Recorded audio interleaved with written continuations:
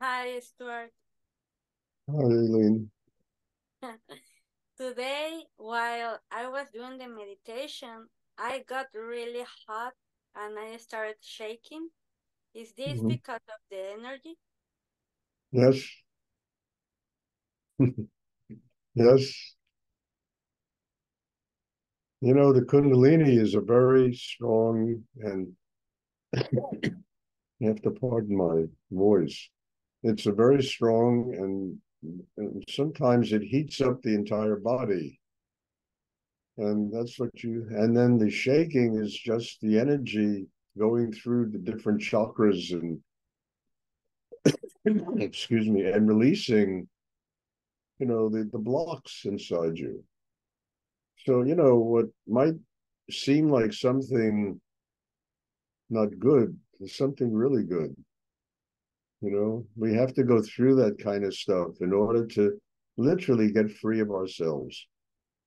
So the heat is Kundalini. The shaking is getting rid of the energy, getting rid, not the energy, but the blocks in the chakra system. So don't worry about that. I mean, look, I look in your eyes, I see such brightness and a twinkle, and you're doing really well. And that's all part of it, what you're starting to experience now. Does anyone else have a question they would like to ask? Thank you. You're welcome.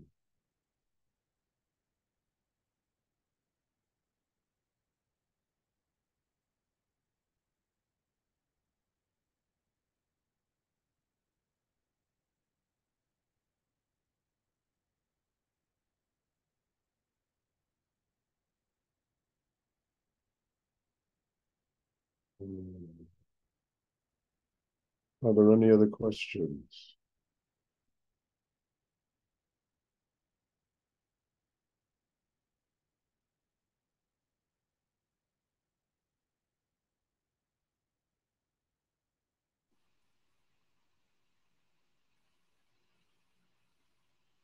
On Friday, Kenny is going to post three of these little essays I've been writing called Tantra, number 1 to number 108.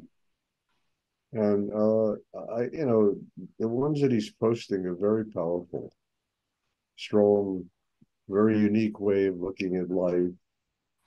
It could rattle, it could rattle you. I mean, because they really, have to do with the kind of structured boxes that people create for themselves that they live in that they think are a safety net, and they're not. It's just a way of keeping oneself from truly experiencing the magical nature of life. One of them is a very strong essay on, sexual energy. A very strong, interesting essay on sexual energy. I think you'll find very interesting. I would suggest reading them. Uh, I think it's like a great reference library there of the true essence of Rudy's work and the meaning of Rudy's work in a very profound way, and a way that one almost has to look at Rudy's work and begin to see how extraordinary it is and what levels of understanding it brings and the depth of understanding it brings. And once we realize that, you know what you're doing. It's not just sitting here and breathing and staring at me, and there's suddenly a lot of energy being transmitted through the, Zoom.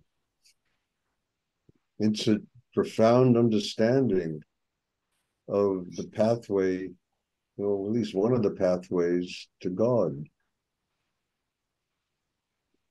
So, I'm having a great time writing these things. I've never been able to write like, I mean, I've written some interesting books in my life, but this is something beyond another level.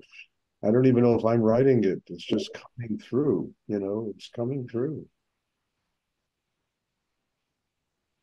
And I guess that's the best writing. It just comes through. You don't even know you wrote it. You just read it and, oh my God, I wrote this.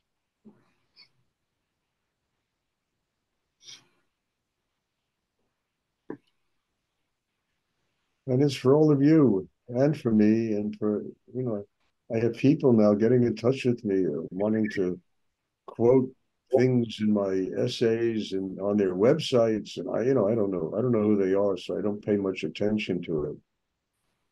But it's very interesting.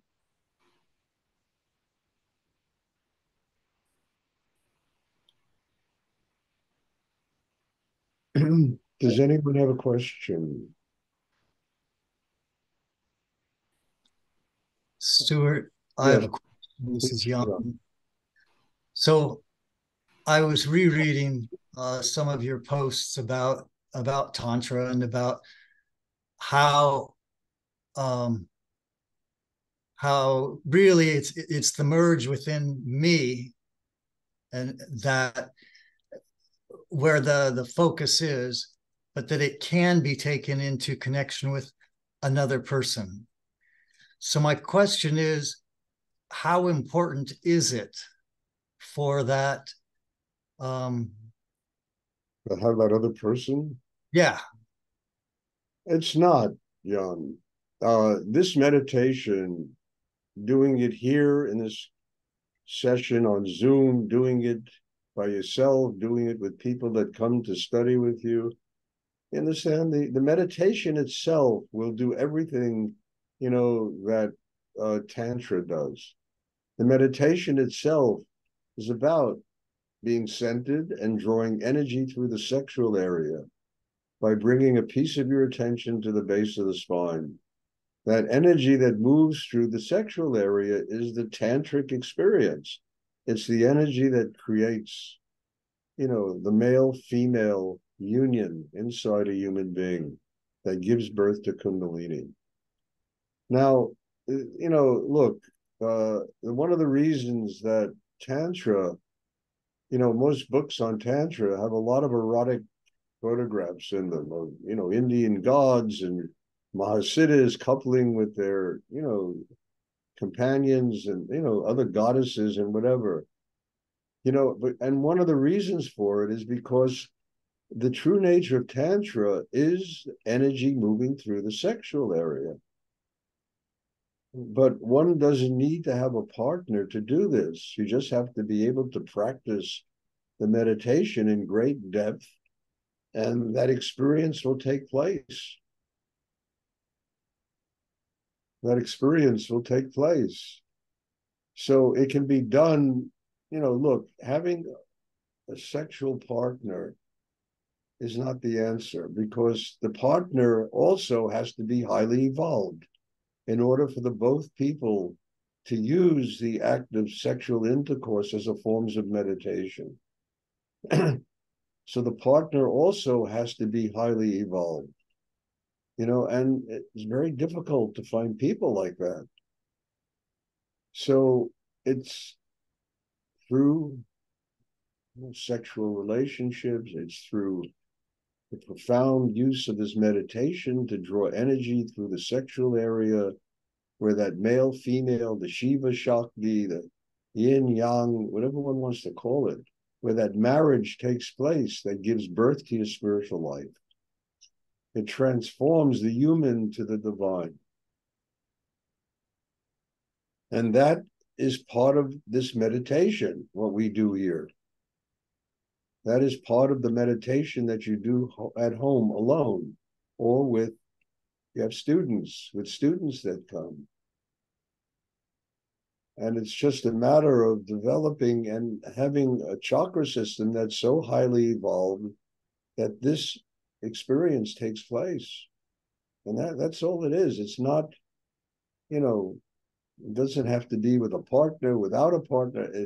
The chakra system has to develop itself to where not only that male-female union takes place, but the heart chakra stays open, the throat chakra stays open, the ability to communicate is really talking words that come through us from a higher source of energy. The mind has to stay quiet. The entire system of a human being has to get highly evolved. And that takes place because we practice an inner work that is focused on that. That's the purpose of it. And then all of a sudden, you have tantric experiences. Suddenly, the world around you becomes a magical place. Your capacity to communicate gets deeper with other people. The compassion in your heart, the love in your heart gets deeper. All of this happens because the development of a chakra system enables it to happen.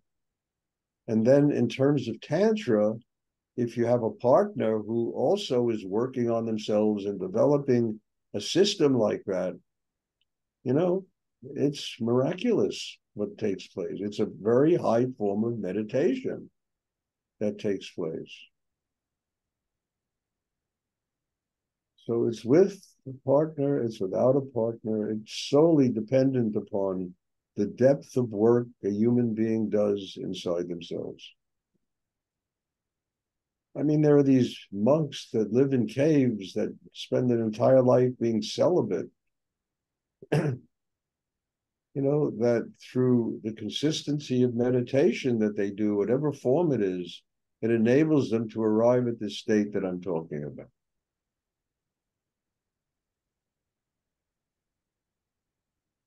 So it's not one thing or the other. What it is the development of a system inside that allows Tantra to manifest in your meditation, in your relationships, in your life. Because all Tantra is about is the transformation of the human to the spiritual. That really is the definition of Tantra. It's all transformation, the human to the spiritual, that activates Kundalini and makes it possible for a human being to become an enlightened being.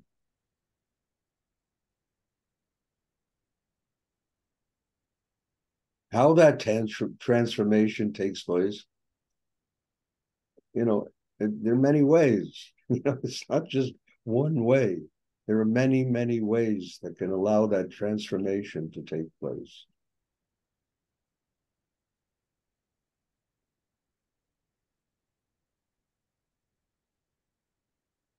Thank you, Stuart. You're welcome. Does anyone else have a question? And there's no formula for this. It's not like you can X plus Y equals Z. It doesn't work that way. It just happens because the system is ready to allow it to happen. You have built that kind of inner life that allows one to experience how mudra works, how Tantra works, healing, all of these extraordinary elements that are manifest when one is doing deep spiritual work. They all take place, and they take place when each person is ready for them to take place.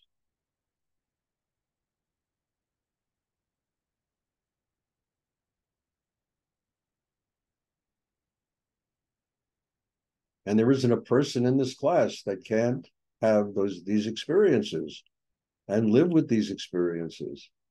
Just depends on the development of an inner life that enables them to do it.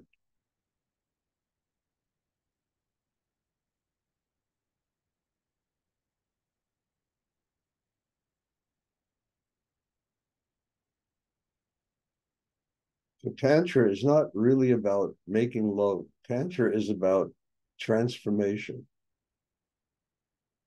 That really is the essence of Tantra. And that's what I've written about. All these essays have to do with transformation on so many different levels, from the human to the divine.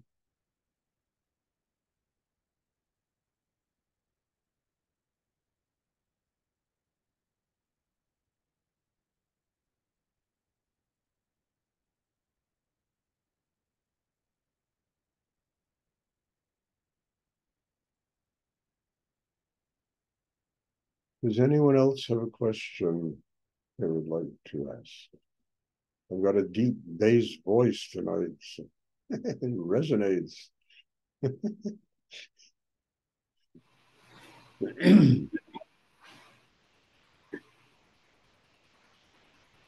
Chris, you have to turn yourself on.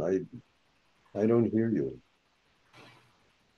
Are you talking to me, Stuart? Yeah, I thought you were asking a question. I was. You felt me asking a question. Yeah, I have, like you, I'm having a cold and a cough and I'm a baritone all of a sudden. But I wanted to ask you about something that you've spoken about before, this time of year and everything dying and changing. It feels like that certainly is happening in a serious manner. And could you please speak about that? It's about change. It's Mm. about cycles that evolve. And look, without winter, there's no spring. Understand? I mean, it's very interesting to live in a place where it's just one temperature all the time. I mean, it's interesting because to live in a place where you have winter, you have spring, you have the changes of seasons that make it very clear how energy also manifests inside each and every one of us. Yeah. We have to let go. Winter enables nature to let go, take a rest, prepare themselves, prepare nature for the spring, coming of spring, which is the blossoming of everything. That is this time of the year. It's often a very difficult time for us because we don't accept that. We want Oh, everything to be, it's all got to be the hell, kind of crazy, doing and being busy, and it's all nonsense. We have to let go. And ultimately, human beings have to let go of everything. yeah. Understand? And the purpose of that death is embracing God. And if you enter that place of letting go, leaving the world, and you're still holding on to everything, including your family, your this, your that, your jobs, whatever your talents are, you understand? You're going to have to come back to work it all out again. Yeah. So it's all about letting go. One day we all leave the world, and what we leave, what baggage we take with us determines whether or not we're going to be reincarnated. And most people take an awful lot of baggage with them when they leave the world. And they come back to work it out, to eventually allow the soul to free itself of, all these rounds of suffering and pain and difficulty and that come with actively living in the world. Yeah. So that's what it's about. And nature teaches this. We have to learn to listen. It's teaching this all the time. It's teaching us about being rooted. Everything in nature is rooted. I remember when I had a house in Woodstock and I had a squirrel came and was started to live in my house, and I called up a guy who specialized in getting rid of those kind of creatures from your house. And he told me, we set up a trap. He said, if you trap this squirrel, he said, be sure you take it about 500 miles away, because they're very territorial. And if you leave it down the street, down the road, they're going to come back. And he said, also make sure that nobody in the government sees you doing this because it's against the law to take these creatures out of their territory. You know, I mean, territorial rootedness, build beavers, build dams, and this one, birds have nests all over the place. I mean, they're all rooted. Trees. The tree didn't have roots. Every stupid storm that came by would blow all of nature away. But rooted, and the healthy roots enables palm trees to survive tornadoes, because Yeah. they're really rooted inside. It's only people that don't live with this. They spend all their time in their heads. You understand it?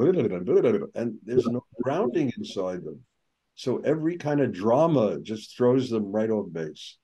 Every kind of drama becomes a terrible pain that they have to deal with.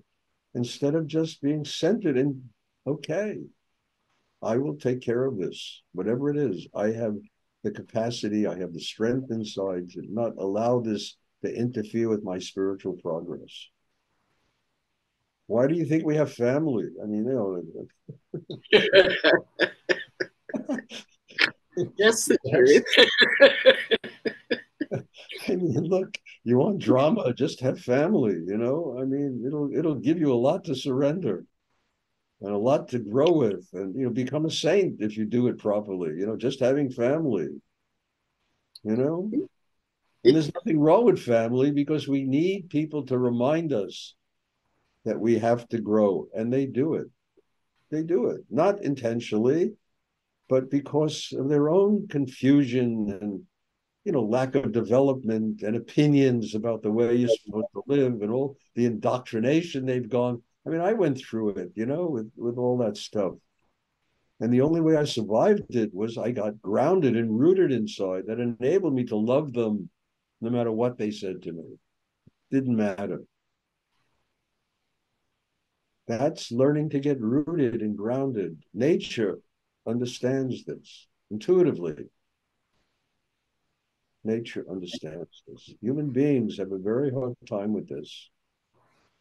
And they usually substitute real grounding for money, or the lack of money, or power, or what the hell's going on in the Middle East now. God bless.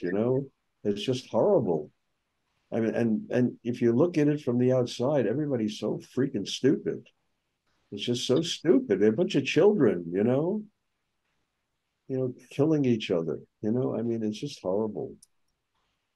But who am I to say? What do I know what God's plans are? What goes on in the world?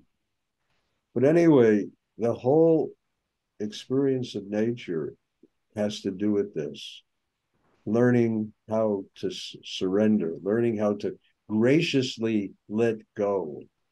Yeah. Spring becomes winter, lets go of spring graciously. Spring becomes summer graciously, and it's just, and every single change, if you want to change, the toothpaste you use, or, whatever it is, some kind of lotion so there's major dramas that take place inside us about, should it be this, and can spend an hour of our lives trying to figure out what toothpaste, new toothpaste we want to use, I mean, it's really true. I mean, people are so insecure about everything. They need grounding. They need inner development. And I'll be honest with you, money doesn't provide that. I've had a lot of money in my life. It doesn't provide that. All it makes you do is want to make more money. It's all it does. And your life goes on a higher level. So the expenses become so acute that you have no choice but to make more money. It's ridiculous, and there's nothing wrong with it. You live well and you have a good life, and it's fine, It doesn't ground anybody. It doesn't. It's just an objective thing that becomes like a drug.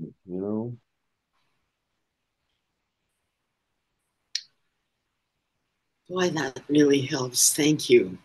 You're welcome. Nature's a great teacher. Yeah. And we have to learn to listen to nature, to life, to people. We have to learn to let everything teach us how to grow inside ourselves. Not to get upset because people do stupid things in the world, but how can we learn from them what to do inside ourselves to grow spiritually? Just to listen, not judge.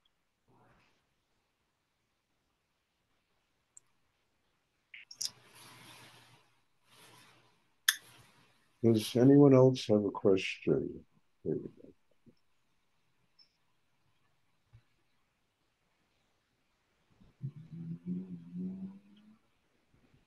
Okay, if there are no more questions, then thank you again, all of you, my teacher. You are my guru.